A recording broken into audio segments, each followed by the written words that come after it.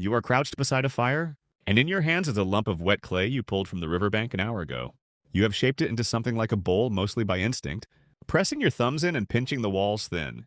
It is soft, it is fragile. If you set it down wrong, it collapses back into mud. But the fire beside you is hot, and at some point, whether by accident or curiosity, that soft clay bowl ends up near the flames. And when it cools, it is not soft anymore. It is hard, it holds water. It does not go back to being mud ever again. Something has happened to it that cannot be undone. That something is pottery, and it may be the first synthetic material human beings ever created. Not found in nature, not simply shaped from what was already there, but chemically transformed into something new by human hands and human fire. For most of the 20th century, archaeologists assumed pottery was invented by early farmers, sometime after the agricultural revolution, roughly 10,000 years ago, as a practical solution to a practical problem. Once you are growing grain, you need something to store it in and cook it in. Pottery in this telling was a byproduct of settling down.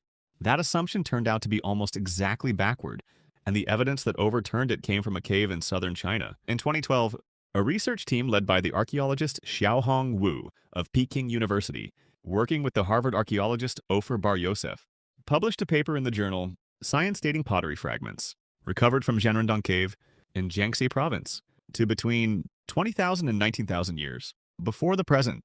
That places the pottery squarely within the last glacial maximum, the coldest, harshest stretch of the most recent ice age, thousands of years before agriculture existed anywhere on Earth.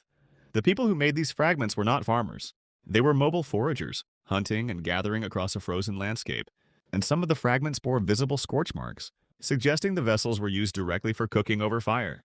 As Wu put it at the time of the study, the finding forces archaeologists to rethink why pottery appeared when it did, and what role it played in helping people survive.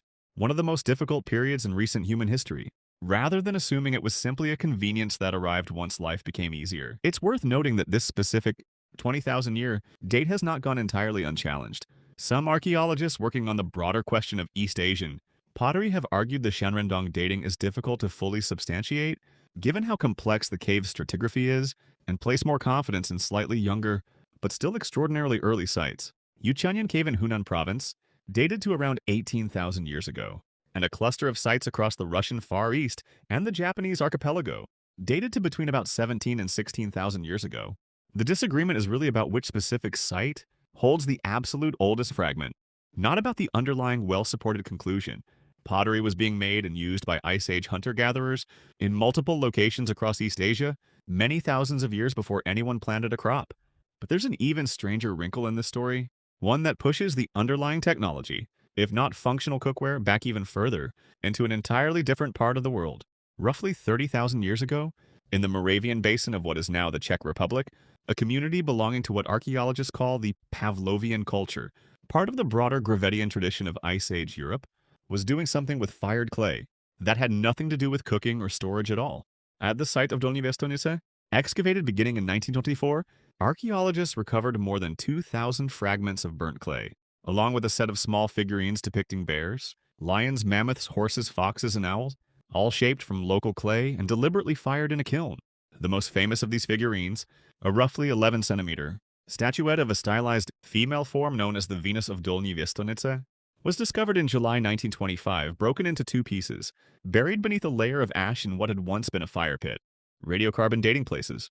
It's somewhere between roughly 29 and 25,000 years old, and it is, by most accounts, the oldest known ceramic object made by human hands, older than any functional pottery vessel found anywhere on Earth. The kiln at Dolní Věstonice, one of the oldest kilns ever discovered, was a simple structure, a shallow pit with glowing coals covered by a dome of packed earth, capable of firing clay at a modest 500 to 800 degrees Celsius. That is significant, because it tells us these Ice Age communities had already solved the core technical problem of ceramics, understanding how to build and control a firing environment hot enough to permanently transform clay, roughly 15,000 years before anyone in East Asia began using that same basic transformation to make something you could cook in. As archaeologists studying the site have pointed out, this means the true invention of fired ceramic technology and the invention of the ceramic vessel were two entirely separate events, separated by an almost unimaginable span of time, and possibly happening for entirely different reasons. One for art, ritual, or symbolic expression, the other for the distinctly practical business of boiling food over a fire during an ice age. That separation raises the obvious question. If people understood how to fire clay by around 29,000 years ago, Why did it take another 15,000 years for anyone to think of making a pot? One possibility is that they didn't need to. Hunter-gatherer groups that move frequently have limited use for heavy, fragile containers. You cannot easily carry ceramics across long migratory routes, and skin bags, woven baskets, and hollowed wood or gourd containers already solved most storage and transport problems well enough. It may be that the leap from firing small clay figurines to firing large, functional vessels required not a change in technical knowledge, but a change in lifestyle, the beginnings of a more settled, or at least seasonally stable way of life. The kind glacial age foragers in icebound river valleys and cave systems, like those at Shanrendong, may have been forced into by the sheer difficulty of moving in that environment. From China, the technology, or at least the idea of it, appears to have spread and been independently reinvented across East Asia over the following several thousand years. In Japan, pottery fragments recovered from a site near Aomori, in the far north of the island, have been dated to approximately 14,500 BC, roughly 16,500 years ago, making Japanese Jomon pottery among the oldest ceramic vessel traditions in the world, arriving well over 2,000 years before anything comparable appears. In the archaeological record of the Near East, the word jomon itself means cord pattern, describing the practice of pressing twisted cord into the wet clay before firing, leaving a decorative rope-like texture across the surface of the vessel. Jomon potters worked entirely by hand, without any kind of wheel, building vessels up by coiling long ropes of clay in a spiral and smoothing the surface, and firing them in simple open fires rather than enclosed kilns. Pottery's story takes a sharp technological turn several thousand years later and several thousand miles to the west, in Mesopotamia, in what is now Iraq, sometime around 3500 BC.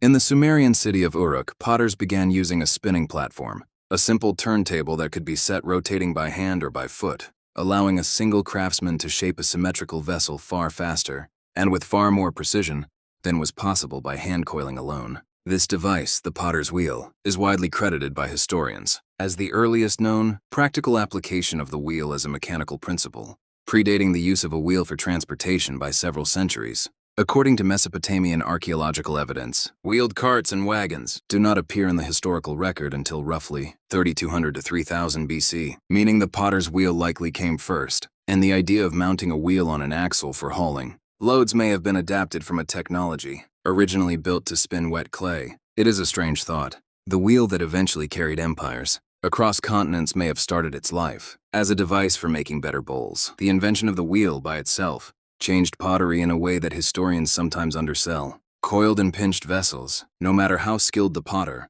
carry the small irregularities of hand construction. Walls vary in thickness, rims are never perfectly round, and production is slow, because each piece is essentially sculpted individually from scratch. A wheel changes the physics of the entire process. Centrifugal force does much of the shaping work for you. Walls can be drawn up thin and even, and a trained potter working a wheel can produce a uniform, symmetrical vessel in a fraction of the time it takes to build one by hand. Pottery went from a craft practiced by a skilled individual, piece by piece, to something closer to a repeatable industrial process, one that could support the storage and trade networks of the first cities. So, how did humans make their first pottery? Not as a single invention, credited to one culture in one place, but as at least two, and very possibly several, separate discoveries, made by different communities responding to entirely different needs. Ice Age foragers in the Moravian Basin of Central Europe were firing clay into symbolic figurines, roughly 29,000 years ago, for reasons that were almost certainly ritual or artistic rather than practical.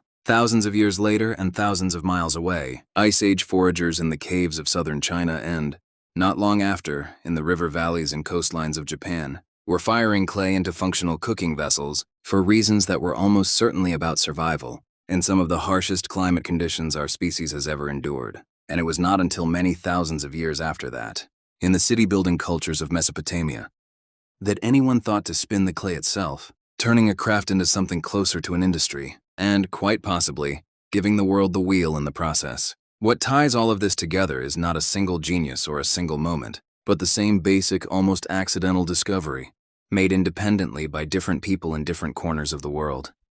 That ordinary mud, softened with water and shaped by hand, could be pushed into fire and would come out the other side changed forever. Permanently hard, permanently holding its shape, and permanently useful in a way that raw clay never was. Somebody noticed that. And once they did, the discovery could not be unmade. It became one of the oldest technologies human beings still use today, essentially unchanged in principle. Every time a piece of clay goes into a kiln,